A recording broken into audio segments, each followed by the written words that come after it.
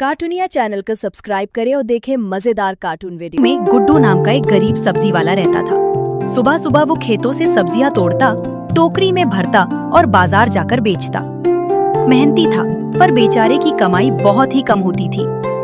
गुड्डू की पत्नी का नाम था शांता। शांता सीधी सादी दिखती थी, पर दिमाग में बहुत तेज थी। वो हमेशा कहती, अरे गुड्डू, जिंदगी सिर्फ मेहनत से नहीं चलती, थोड़ी अकल भी लगानी पड़ती है। देखो जी, जितनी मेहनत आप करते हो वो तो छोड़ो, अब तो जितनी सब्जी बिकती है उससे ज्यादा पैसे घर से लग जाते हैं। अगर ऐसे ही चलता रहा तो एक दिन घर भी बिक जाएगा। क्या करूं भाग्यवान, इतनी दूर से सब्जी लाता हूं, ऊपर से बाजार में तो जैसे सब्जियों का मेला ही लग गया हो। जिधर देखो उधर सब्जी ही सब्जी। अब इतनी दूर से जो मैं सब्जी लेकर आता हूं, पैदल चलते चलते वो मुरझा सी जाती है, इसीलिए उसका असली दाम भी नहीं मिल पाता। और ऊपर से ग्राहक मोल भाव अलग करते हैं। शाम होते होते मजबूरी में दाम कम करके बेचना पड़ता है। सुनिए जी, क्यों ना कल से जब आप सब्जी लाएं तो सबसे पहले उसे कुछ देर पानी में ही रख दिया करें। देखिए, इससे होगा ये कि सब्जियों में नमी बनी रहेगी और वो मुरझाएंगी नहीं। बाजार तक जाते जाते भी ताजा लगेंगी। ग्राहक जब देखेगा कि सब्जी चमकदार और ताजी है तो दाम भी अच्छे देगा और बार बार आपसे ही खरीदने आएगा। इस तरह आपकी मेहनत भी रंग लाएगी और कमाई भी बढ़ जाएगी। तुम ठीक कह रही हो, कल से यही करता हूँ। और सुबह होते ही गुड्डू रोज की तरह सब्जी लेने निकल पड़ा। पहले की तरह सीधा बाजार जाने की बजाय इस बार उसने सब्जी सीधे अपने घर ला दी। उसने सोचा, चलो आज जरा शांता की बात मानकर देखते हैं। गुड्डू ने टोकरी से सब्जियां निकाली और उन्हें वैसा ही किया जैसा उसकी पत्नी शांता ने समझाया था।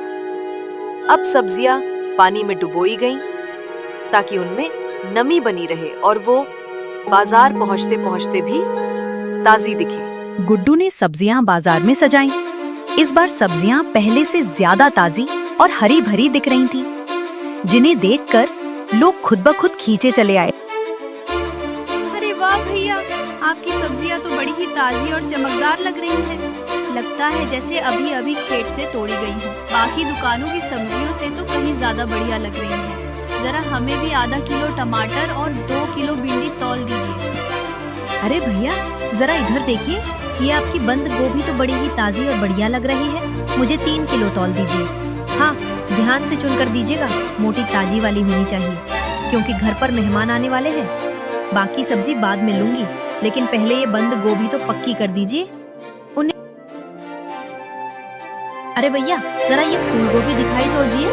अरे वाह, कितनी ताजी और बढ़िया लग रही है। बस भैया, मुझे यही फूल गोभी दे दीजिए। हाँ, ध्यान रखिएगा, बड़ी और दानेदार वाली ही चुनकर देना, क्योंकि आज घर पर सबको आलू गोभी की सब्जी खाने का मन है। रुकिए रुकिए, जरा आराम से, सबको सब्जी मिलेगी।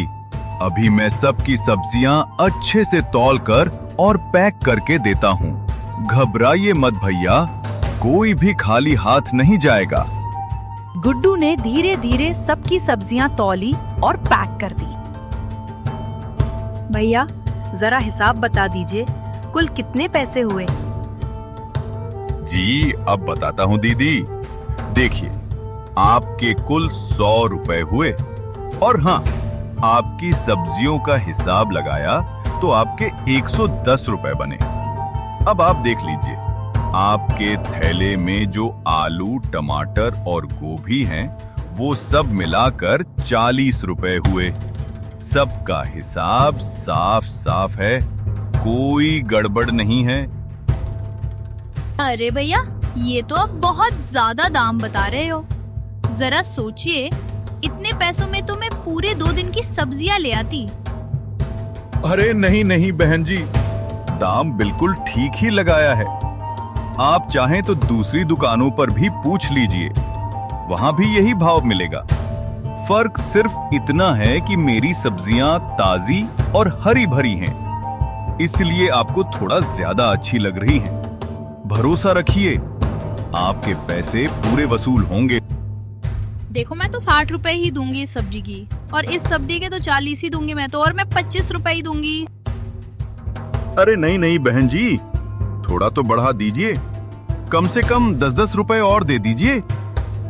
नहीं भैया, बात सीधी है, देना हो तो दो, वरना मैं दूसरी दुकान से ले लूंगी।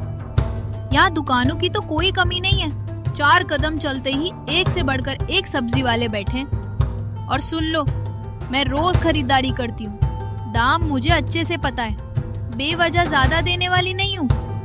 ठीक है बहन जी, जितना देना चाहती हो उतना ही दे दो। गुड्डू ने भारी मन से अपनी सारी सब्जियां बेच दी।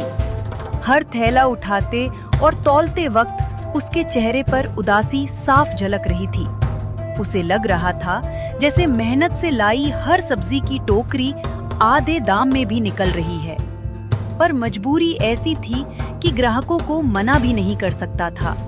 आखिर घर का खर्चा भी तो चलाना था। काफी उदास होकर अपने कमरे में बैठा था। थकान से उसका शरीर चूर हो चुका था और चेहरे पर मायूसी साफ झलक रही थी। उसे बार बार यही ख्याल आ रहा था कि दिन भर की मेहनत का कोई सही फल नहीं मिला। कमरे के कोने में बैठा वो कभी जमीन पर रखी खाली टोकरियों को देखता, तो कभी छत को ताकते ताकते गहरी सांसें भर लेता। मन ही मन सोच रहा था, क्या उसकी मेहनत का मोल कभी मिल पाएगा?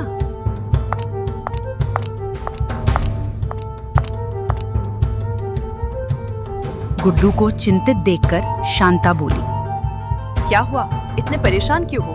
क्या आज भी सब्जियां ठीक से नहीं बिकी? क्या बताऊं शांता, आज सब्जियां तो सारी की सारी बिक गईं, लेकिन मुनाफा मानो ना के बराबर हुआ। अगर ऐसा ही रहा तो सब्जी बेचने का कोई फायदा नहीं रहेगा। और ऊपर से बाजार में जिधर देखो उधर सब्जियों का मेला लगा है, हर कोई सब्जी ही बेच रहा है। आपकी बात तो सही है, हमें कोई दूसरा ही काम देखना पड़ेगा। कौन सा काम देखूं मैं शांता, मुझे तो जिंदगी भर बस यही सब्जी बेचनी आई है। न पढ़ाई की है, न कोई और हुनर आता है। अगर सब्जी बेचने से ही घर नहीं चलेगा तो सोच रहा हूँ अब आगे क्या होगा। सच कहूँ तो दिल बहुत घबराता है।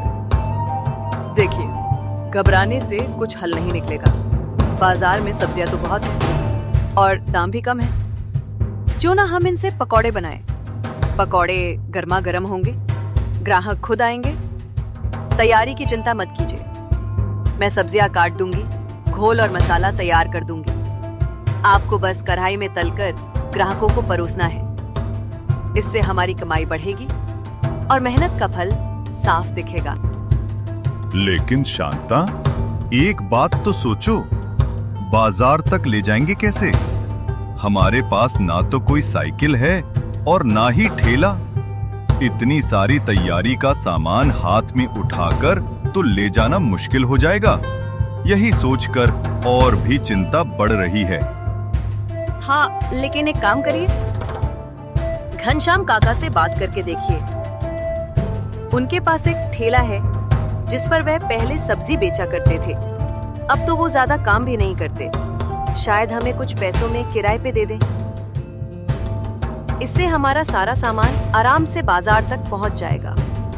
ठीक है शांता, जैसा तुम कहती हो। मैं कल ही घनश्याम काका से जाकर बात कर लूंगा। अगर वो ठेला मिल गया तो हमारा आधा बोझ वैसे ही हल्का हो जाएगा। अब दोनों पति पत्नी निश्चिंत होकर सो गए, मानो उनके लिए कल का दिन एक नए सवेरे की शुरुआत लेकर आने वाला हो। दिल में उम्मीद की किरण थी कि शायद आने वाला कल उनकी जिंदगी बदल दे।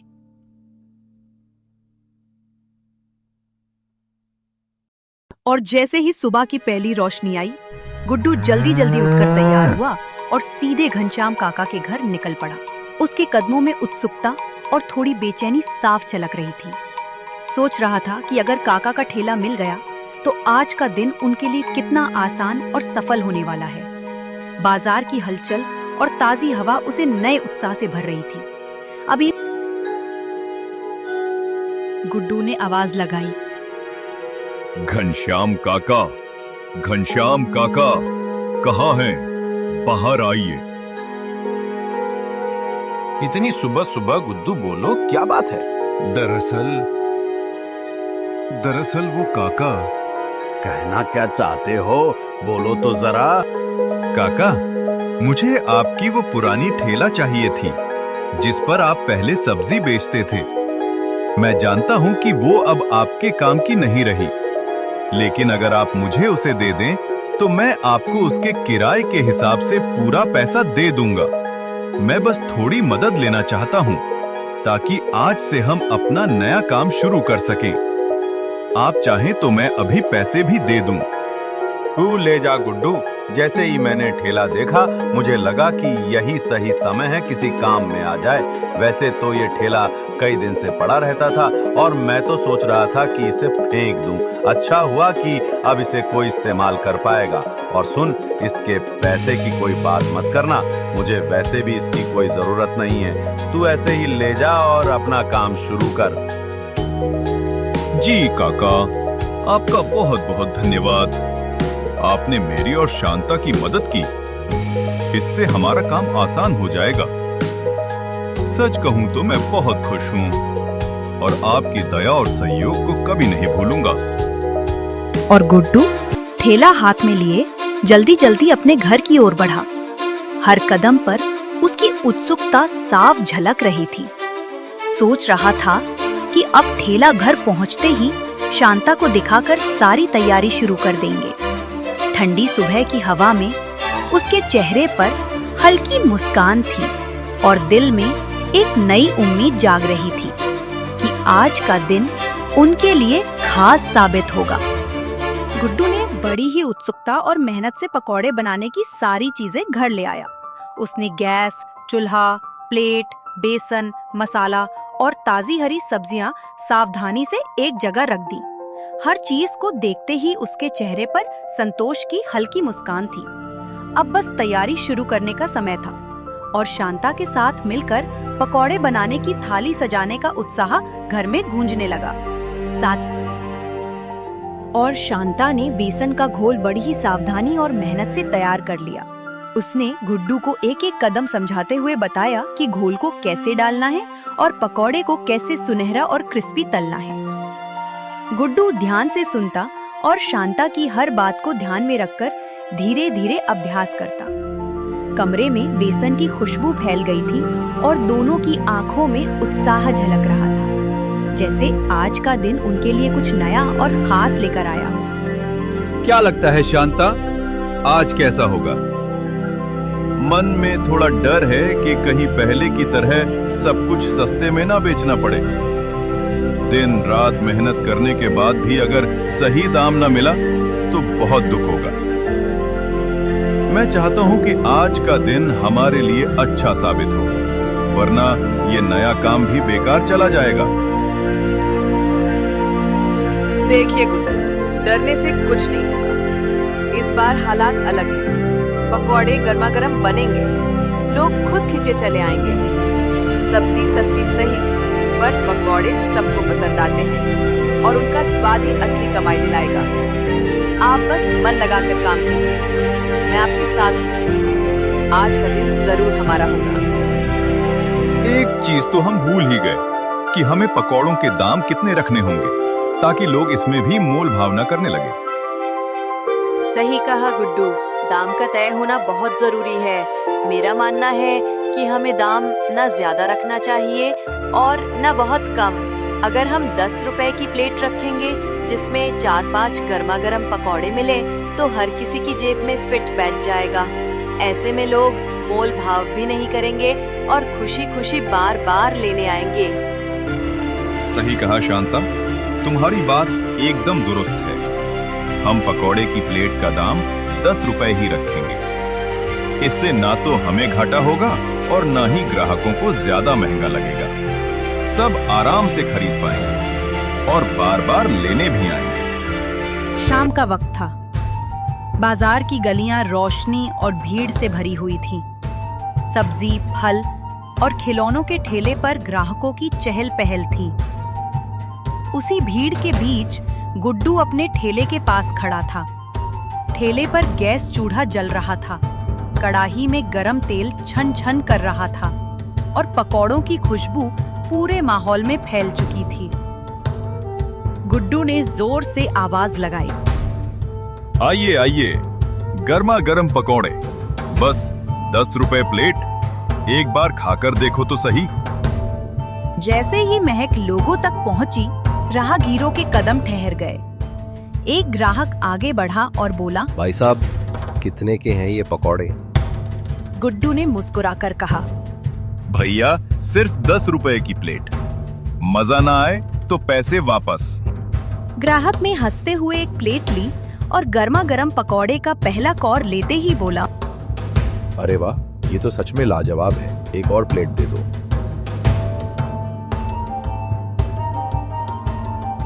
धीरे धीरे भीड़ बढ़ने लगी।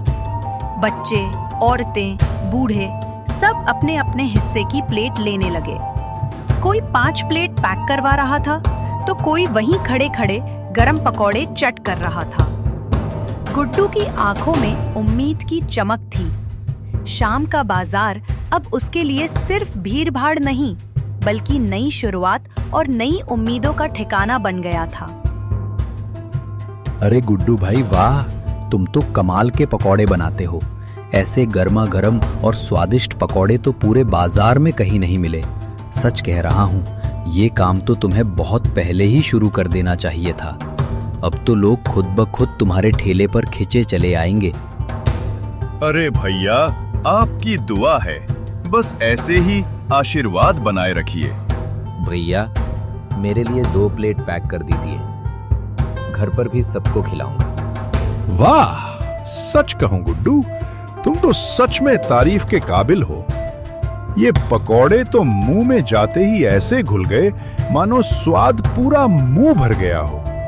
इतनी लजीज चीज मैंने तो बहुत दिनों बाद खाई है। गुड्डू हल्की मुस्कान के साथ बोला, धन्यवाद भैया, आपका प्यार ही मेरी असली कमाई है।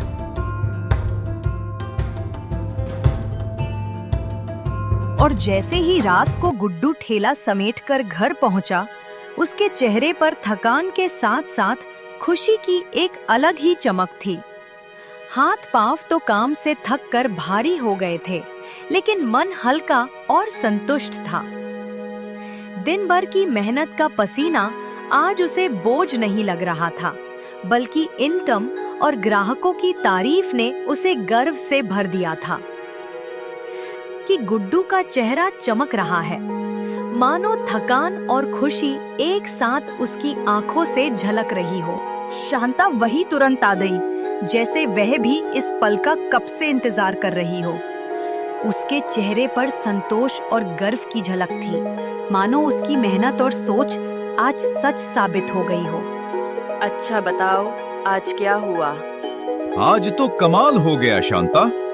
मैंने तो कभी सोचा भी नहीं था कि हमारे साथ ऐसा भी हो सकता है। आज मानो किस्मत ही बदल गई। हमने लगभग 2000 रुपए कमा लिए। जहां पहले सब्जियों में मुश्किल से 100-200 बचते थे, वहीं आज पहली बार इतनी बड़ी कमाई हुई है। देखा गुड्डू, यही मेहनत और दिमाग का सही इस्तेमाल है। जब इंसान सही रास्ता चुन ले तो किस्मत भी साथ देने लगती है। ये तो बस शुरुआत है। अब देखना, कल और भी ज्यादा लोग हमारे पकौड़े खाने आएंगे। हाँ शांता, आज लोगों ने खूब तारीफ भी की। हर कोई कह रहा था कि ऐसे पकौड़े पूरे बाजार में कहीं नहीं मिलते। सच कहूं तो उनकी बातें सुनकर दिल और भी खुश हो गया। यही असली इनाम है गुड्डू। जब लोग मेहनत की कद्र करें और अपने दिल से तारीफ करें, तो थकान भी मिठास बन जाती है। बहुत बहुत धन्यवाद शांता, तुम्हारा जो तुमने मुझे हर घड़ी साथ दिया। अगर तुम्हारा सहारा और समझदारी ना होती तो शायद मैं ये कदम कभी उठा ही नहीं पाता। धन्यवाद तो सबसे ज्यादा आपके कृष्णा भैया के हैं, जिन्होंने हम लोगों का बुरे से बुरे वक्त में साथ दिया। कभी पैसों के लिए ना नहीं कहा। आज भी जो छोटा पकौड़े का ठेला लगा पाए हैं, वो भी उन्हीं की देन है। हम उनके बहुत आभारी हैं। मेरी मानो तो अपनी पहली कमाई उन्हीं को दे दें। तू ठीक कह रही हो शांता, हमें अपनी पहली कमाई उन्हीं को देनी चाहिए। और सुबह होते ही गुड्डू निकल जाता है कृष्णा भैया के पास। उसके हाथ में मेहनत की पहली कमाई थी और साथ ही एक लजीज पकौड़ों की गर्मा गर्म प्लेट भी। उसके चेहरे पर संतोष और खुशी झलक रही थी, मानो अपनी मेहनत और आशीर्वाद का तोहफा लेकर वह अपने बड़े भाई के पास जा रहा हो। अरे गुड्डू, ये क्या लाया है? अरे नहीं भैया, ये कोई बड़ी बात नहीं है। दरअसल परसों आपने जो हमें पैसे दिए थे, उसी से हमने पकौड़े का छोटा सा ठेला लगाया है। कल पहली बार ठेला लगाया और देखिए, भगवान की कृपा से और आपकी दुआओं से इतना अच्छा चला कि विश्वास ही नहीं हो रहा। लोग बार बार तारीफ कर रहे थे और हम दोनों की मेहनत रन लाई। सोचा आज सबसे पहले आपकी सेवा करूं, आपको ही अपने हाथ के बनाए गर्मा गर्म पकौड़े खिलाऊं, क्योंकि असली हक तो आपका ही बनता है। पकौड़े तो मैं जरूर खाऊंगा गुड्डू। और कृष्णा भैया ने पकौड़े खाए और बोले, गुड्डू, सच कहूं तो तेरे बनाए पकौड़े तो लाजवाब हैं। ऐसे पकौड़े तो मैंने सालों में नहीं खाए। स्वाद, कुरकुरापन और मसाले सब कुछ बिल्कुल परफेक्ट है। तूने जिस लगन से काम शुरू किया है ना, यकीन मान, मेरी दुआएं हमेशा तेरे साथ रहेंगी। और गुड्डू ने विजगते हुए कहा, भैया, साथ में कुछ रुपए भी लाया हूं आपके लिए। बाकी के पैसे मैं धीरे धीरे चुका दूंगा। आपकी मदद के बिना ये सब मुमकिन ही नहीं था। अरे गुड्डू, तू अब ये पैसे अपने पास ही रख। तेरी दुकान पर आगे बहुत भीड़ बढ़ेगी, तो इन पैसों से तू और सब्जियां या जरूरत की चीजें ले आ। अभी तेरे लिए यही सबसे ज्यादा जरूरी है। भैया, आपके जैसा कोई नहीं है। दिल से बहुत बहुत आभार आपका। अरे पगले, तू जा और दुकान के लिए सामान ले आ, ज्यादा सोच मत। गुड्डू उत्साह और मुस्कान के साथ सामान लेने बाजार चला। रास्ते भर सोचता रहा। तेल, मसाले, बेसन, प्लेट और सब्जियां लेनी हैं। तेज कदमों के साथ वह समझ चुका था कि यह ठेला नहीं, बल्कि परिवार की नई शुरुआत का सहारा है।